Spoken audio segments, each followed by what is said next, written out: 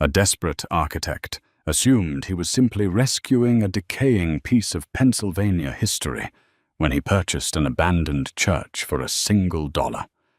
However, that incredibly cheap real estate transaction didn't just save a building. Instead, his renovations unearthed a deadly 200-year-old secret with the power to rewrite history itself. Asher Caldwell was a man who had lost everything but his eye for structure. At 42, the Chicago-based architect was reeling from a brutal divorce and the subsequent collapse of his boutique firm. Bankrupt and emotionally hollowed out, Asher was mindlessly scrolling through a municipal tax lien website when a peculiar listing caught his eye. It was a property in Bradford County, Pennsylvania, specifically in a forgotten patch of rural land near the Susquehanna River. The listing was for the deconsecrated parish of St. Jude, an abandoned wooden church built in the late 1800s. The starting bid? $1. Bradford County was desperate to offload the liability. The roof was caving in, the foundation was allegedly sinking, and the county had slated it for demolition by the end of the year if no buyer came forward. For Asher, it wasn't just a building, it was a distraction. It was a project that couldn't argue with him, couldn't take him to court, and couldn't leave him. He paid the dollar online, plus $50 in processing fees, and essentially bought himself a massive, rotting headache. When Asher finally drove his battered Ford F-150 up the winding dirt road to the property, 3 weeks later, the reality of his purchase set in. St. Jude's was a towering, Gothic revival nightmare. The wooden siding was entirely stripped of paint, weathered to a skeletal, silvery grey. The stained glass windows were either shattered or boarded up with rotting plywood. Surrounding the church was a wild overgrowth of Japanese knotweed and ancient dying oak trees that cast long, claw-like shadows across the property. Asher met with Margaret Collins, a skeptical county clerk who had driven out to hand over the heavy iron keys. "You're the dollar man, huh?" Margaret asked, eyeing Asher's city-bought boots, which were already sinking into the mud. "I hope you have 1,000,000 more of those dollars in your pocket." The demolition crews were drawing straws on who had to knock this eyesore down. Locals don't like this place. "Structural issues?" Asher asked, squinting up at the sagging bell tower. "Historical issues," Margaret corrected, pulling her coat tighter against the biting autumn wind. "This land sits right on the edge of what used to be French Asylum. Back in 1793, a bunch of French aristocrats fleeing the Reign of Terror came here. They bought up huge tracts of land to build a refuge for Marie Antoinette.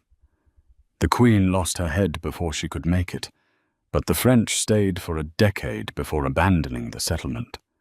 St. Jude's was built about 80 years later, but folks around here swear the ground was cursed by the aristocrats who starved in the winters." Asher dismissed it as local folklore. As an architect, he only believed in load-bearing walls and foundational integrity. But when Margaret drove away, and he unlocked the heavy oak doors of the church, an icy chill rushed out to greet him, carrying the scent of dry rot, old incense, and something undeniably metallic. The interior was a cathedral of dust. Pews were overturned, the floorboards were warped, and the ceiling showed massive water damage. But Asher's professional eyes were immediately drawn to the front of the room. There, bathed in a solitary shaft of sunlight piercing through a broken skylight, sat the altar. It made absolutely no sense. In a church built of cheap, local pine and fieldstone, the altar was a monolithic block of flawless Carrara marble. It was easily 10 feet long, intricately carved with reliefs of weeping angels, and looked like it belonged in a European basilica, not a forgotten Pennsylvania backwater. More bizarrely, it wasn't centered. It was pushed slightly to the left, as if hastily dropped there. Asher approached it, brushing away a thick layer of grime. He knelt, tapping his knuckles against the wood floor, surrounding the massive stone. Thud, thud, hollow. The acoustics of the floorboards beneath the altar were entirely different from the rest of the nave. Asher assumed the weight of the marble was simply stressing the joists underneath. He spent the next 3 weeks camping in the vestry, surviving on canned soup and instant coffee, drafting a meticulous restoration plan. He intended to stabilize the roof, restore the pine exterior, and perhaps sell the bizarre marble altar to an antique dealer to fund the rest of the project. To help with the heavy lifting, Asher hired Dean Mitchell, a burly 20-something local contractor who owned a portable hydraulic jack. Dean was a pragmatic man, but even he seemed uneasy working inside the drafty, groaning structure. "I asked my granddad about this place," Dean muttered one afternoon, setting up a series of halogen work lights. He said St. Jude's never really had a big congregation. Said the priest who built it, a guy named Father Laurent, bought the land for pennies and built the church right over the ruins of an old French blockhouse. Nobody liked Laurent. Said he spent more time digging in the basement than he did writing sermons. "Well, if he dug a basement, we need to find it," Asher replied. "The floor is sagging heavily near the altar. If there's a void down there, this whole marble piece is going to crash through into the earth." They decided to move the altar. It was a decision that would not only alter the course of Asher's life, but force the Smithsonian and the United States government into a frantic cover-up. Moving a 3-ton block of marble with rudimentary tools is a delicate, dangerous dance. On a Tuesday evening in late October, an unseasonably vicious storm rolled into Bradford County. Torrential rain lashed against the fragile wooden walls of St. Jude's, and thunder shook the very foundation.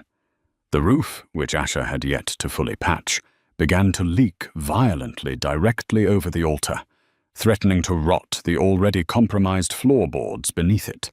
"We have to move it now, or it's going through the floor tonight," Asher yelled over the roar of the rain, pointing his flashlight at a rapidly expanding puddle pooling around the marble base. Dean cursed, wiping rain and sweat from his forehead. He dragged his hydraulic toe jack across the warped floor, wedging the steel lip under the narrowest side of the altar. "I'll pump it up," Dean shouted. "You get the steel rollers under the base." Asher nodded, dropping to his knees with heavy steel pipes. As Dean cranked the jack, the hydraulic hiss was deafening. The massive marble altar groaned, resisting the lift. Slowly, agonizingly, it rose an inch, then 2. Asher shoved the first steel pipe under the stone. "Okay, let it down on the roller," Asher yelled. But as the weight of the marble transferred from the jack to the steel roller, the structural integrity of the ancient pine floor finally gave out. With a deafening crack that sounded like a cannon shot, the floorboards beneath the altar splintered. The massive stone lurched backward, sliding off the roller and crashing through the floor. Asher dove backward, scraping his arms against the pews, narrowly avoiding having his legs crushed. A cloud of toxic, centuries-old dust plumed into the air. Dean grabbed Asher by the collar, hauling him away from the collapse. When the dust finally settled, illuminated by the harsh white glare of the fallen halogen work lights, they crept back to the edge of the jagged hole. The altar hadn't fallen far. It had dropped only about 3 feet before coming to rest on something incredibly solid. Asher shone his flashlight into the void. The altar was resting on a foundation of expertly laid, mortarless stone.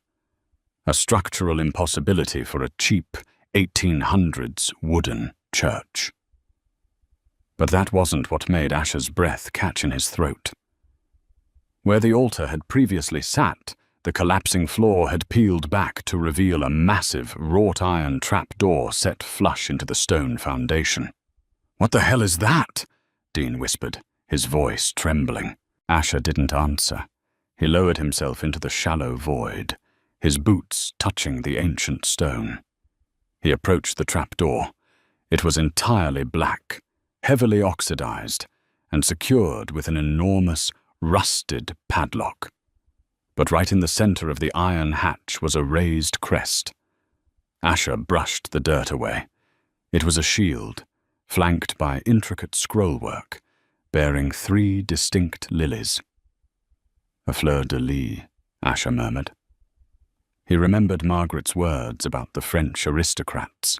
"Asher, man, we should call the police, or the county. This is out of our pay grade," Dean said, pacing nervously above the hole. "It's my property," Asher replied, a strange electric obsession taking hold of him.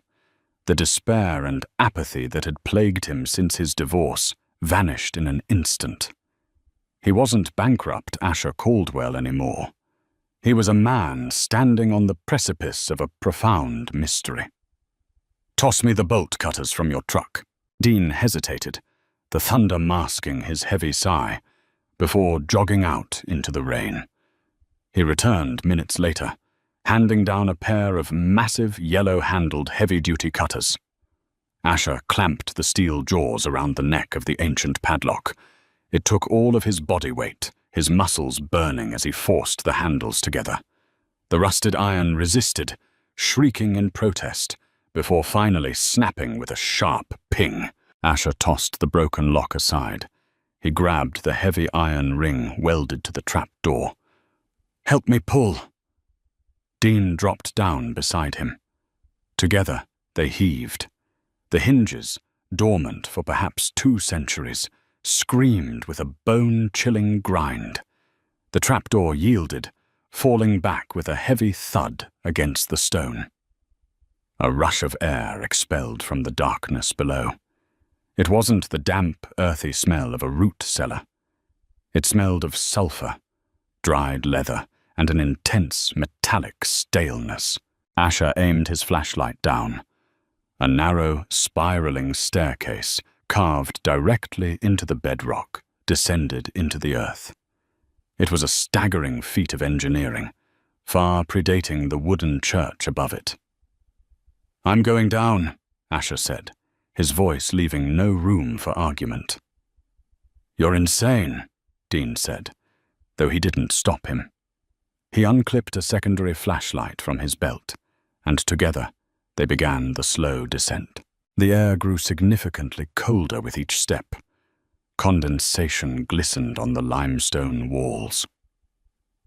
After winding down for roughly 30 feet, the stairs ended at an arched entryway, sealed by a rotting wooden door. The wood was so decayed it crumbled like damp cardboard when Asher kicked it. They stepped into a vast, subterranean chamber. Asher swept his flashlight across the room, and his blood ran cold. The chamber was lined with massive oak beams, reinforcing the ceiling. But it was the contents of the room that defied all logic. Stacked against the far wall were dozens of heavy wooden crates, bound in iron straps. They bore the same fleur-de-lis seal, stamped in faded black ink, and sitting on a wooden chair in the center of the room, facing the door, was a human skeleton. Dean let out a sharp cry and scrambled backward, tripping over the bottom stair. "Nope. No, I'm out, Asher. I'm calling the cops." "Wait," Asher snapped, his heart hammering violently against his ribs. He forced himself to step closer to the remains. The skeleton was dressed in the tatters of a military uniform.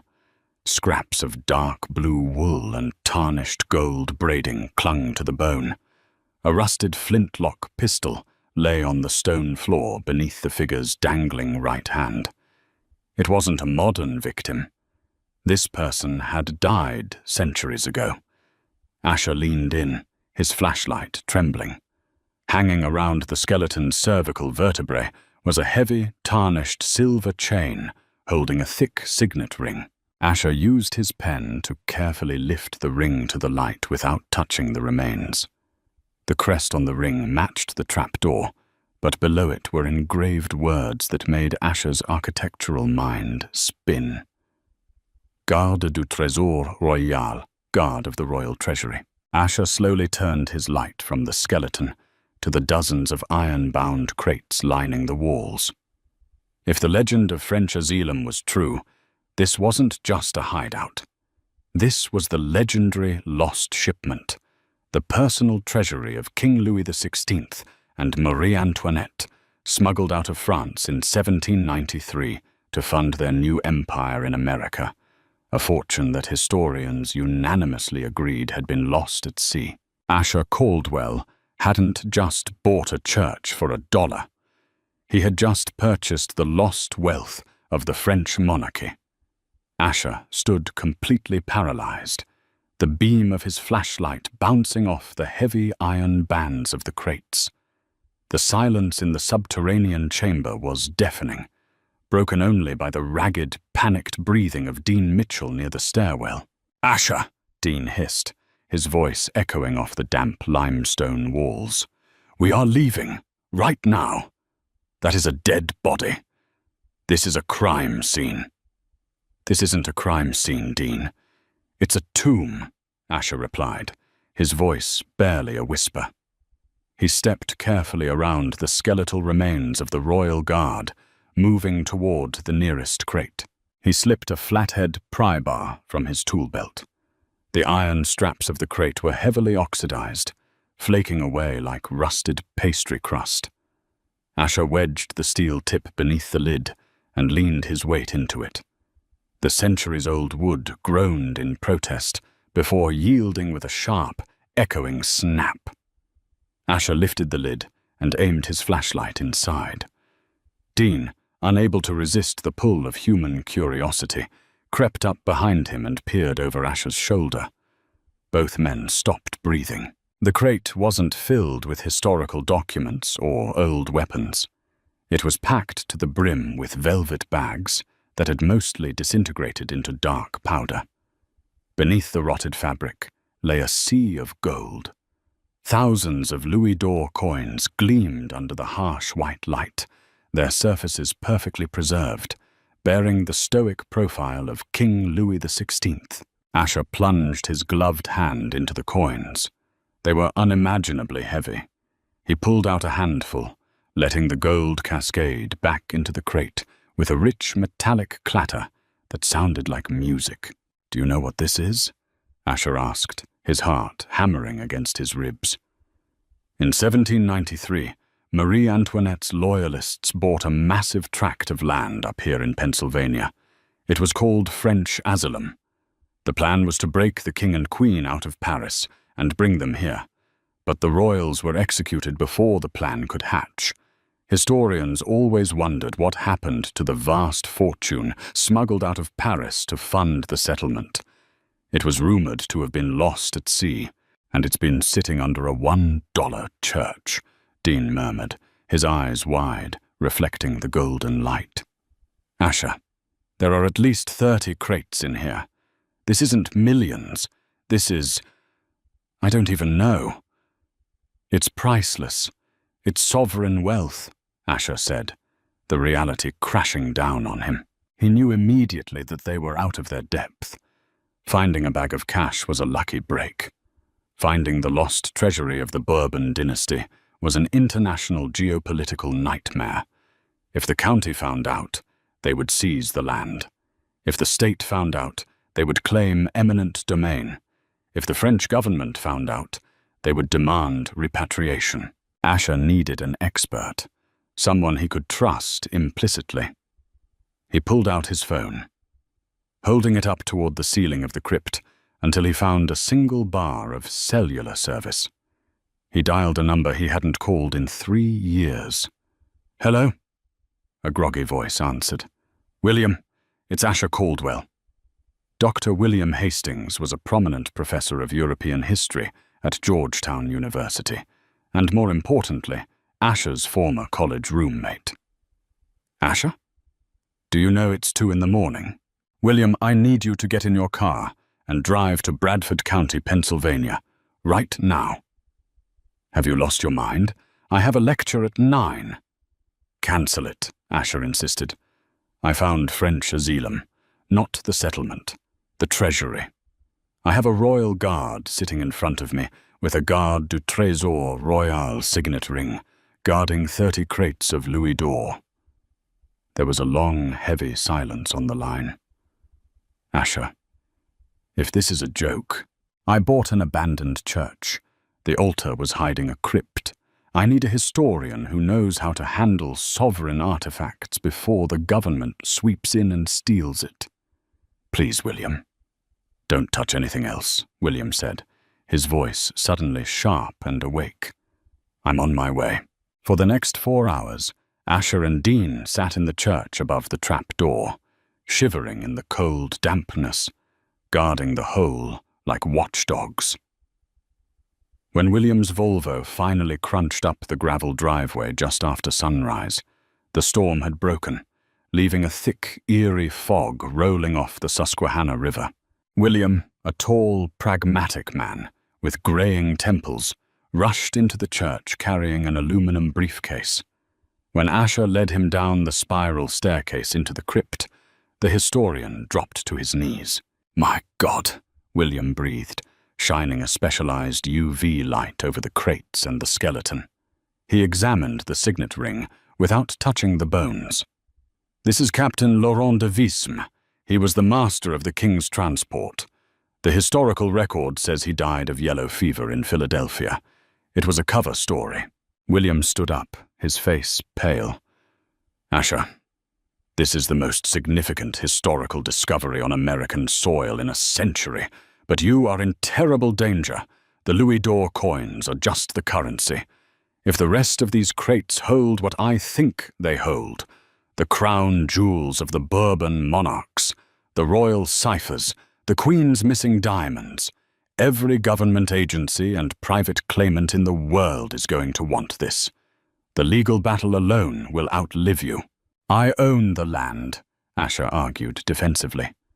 You own the dirt, William corrected gently. You don't own the heritage of a foreign nation. We need to call the FBI art crime team immediately. If we go to them first, we control the narrative. We can negotiate a finder's fee. If we try to hide it... Before William could finish his sentence, the heavy wooden doors of the church upstairs slammed open with a violent crash. Asher, Dean, and William froze. Heavy, synchronized footsteps echoed on the warped pine floorboards above. It wasn't the police. Police announced themselves. Asher crept silently up the spiral staircase, peering over the edge of the jagged hole in the floor. 3 men in dark, tactical windbreakers were fanning out across the nave. They moved with military precision. In the center of the church stood a 4th man, dressed incongruously in an expensive, bespoke charcoal suit. He was looking directly at the hole in the floor. "Mr. Caldwell," the man in the suit called out, his voice smooth and echoing with a slight European accent. "Please come up. It would be a shame to have an accident in such a historic place." Asher's blood ran cold. He gripped the heavy steel pry bar in his right hand and slowly climbed out of the hole, stepping into the dusty light of the church. Dean and William followed closely behind, their faces pale with shock. "Who are you?" Asher demanded, stepping in front of his friends. "My name is Richard Croft," the man said, offering a polite but chilling smile. "I represent a private consortium based in Geneva, descendants of the surviving French aristocracy. They have been quietly monitoring property deeds in Bradford County for 40 years, waiting for the St. Jude parcel to change hands. When a desperate architect bought it for $1, our algorithms flagged the transaction. We knew you'd eventually look under the altar." "You're trespassing," Dean barked, though his voice trembled. "And you are standing on stolen property," Croft replied smoothly. He gestured to his armed men. The contents of that crypt do not belong to you, Mr. Caldwell. They do not belong to the United States. They belong to the bloodlines from which they were stolen.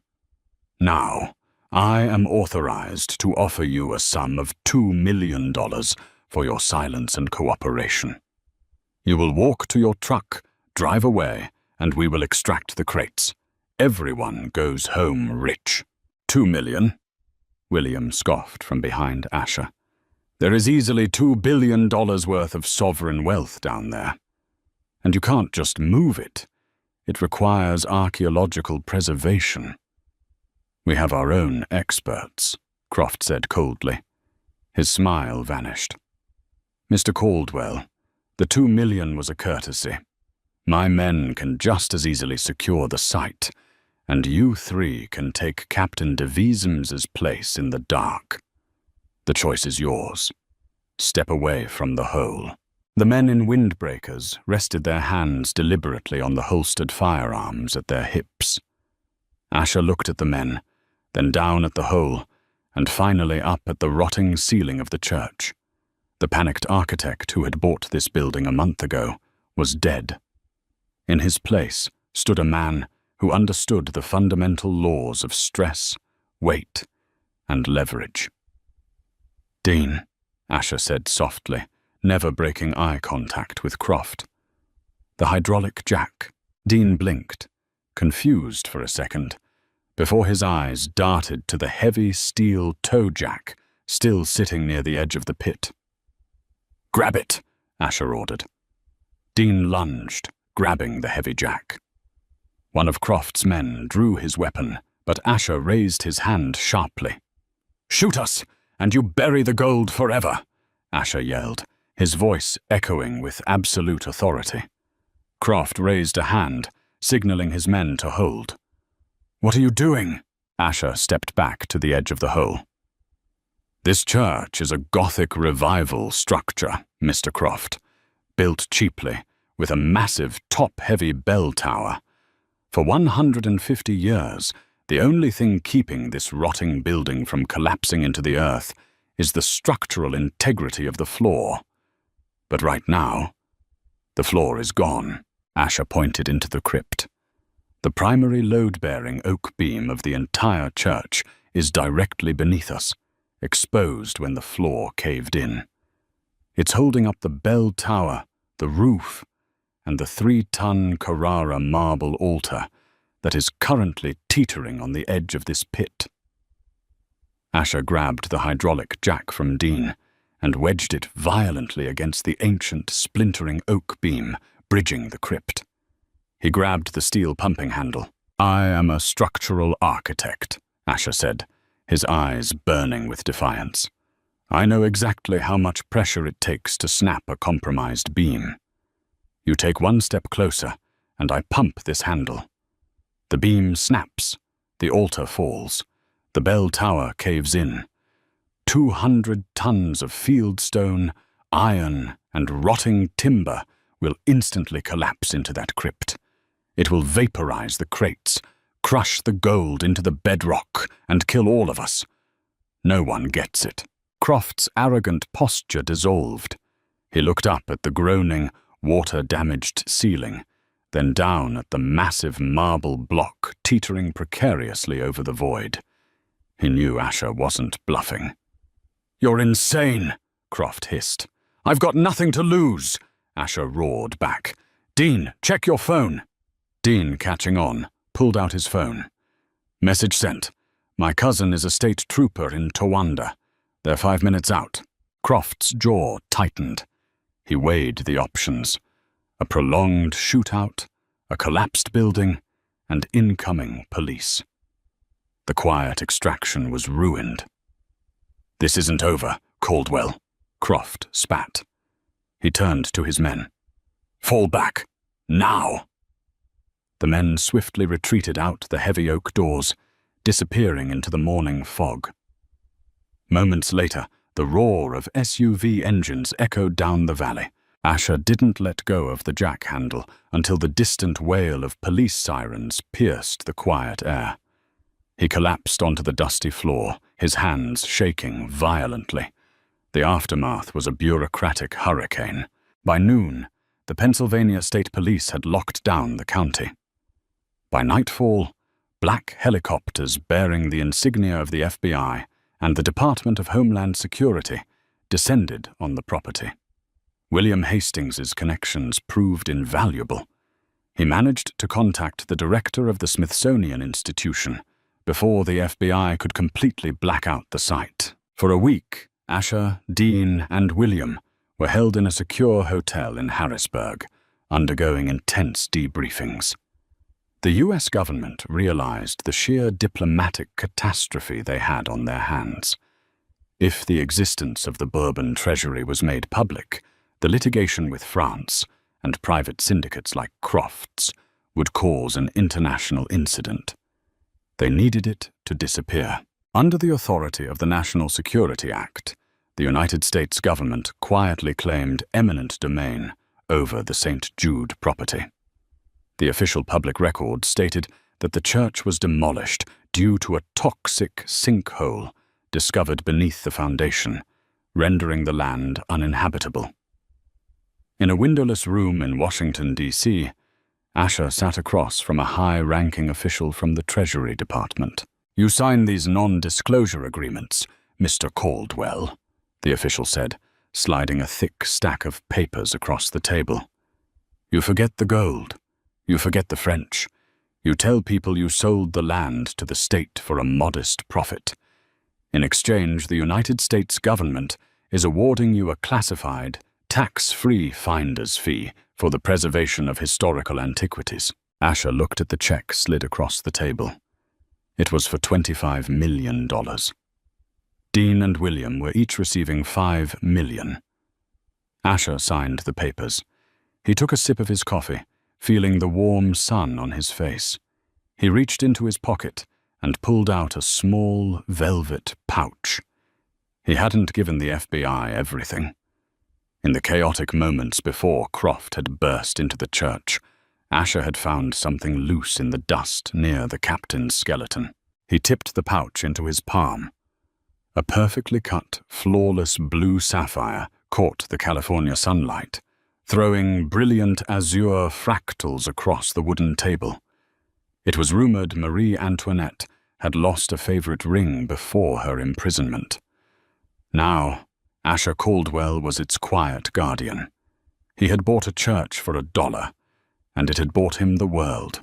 Wow, what a story. From a bankrupt architect risking his last dollar to a high-stakes standoff over centuries-old royal treasure, Asher's discovery proves that history is sometimes buried right beneath our feet. Would you have taken the government's millions or tried to fight for the whole fortune? Let me know what you would do in the comments below. If you enjoyed this incredible, true-life mystery, please hit that like button, share it with your friends, and subscribe for more hidden history.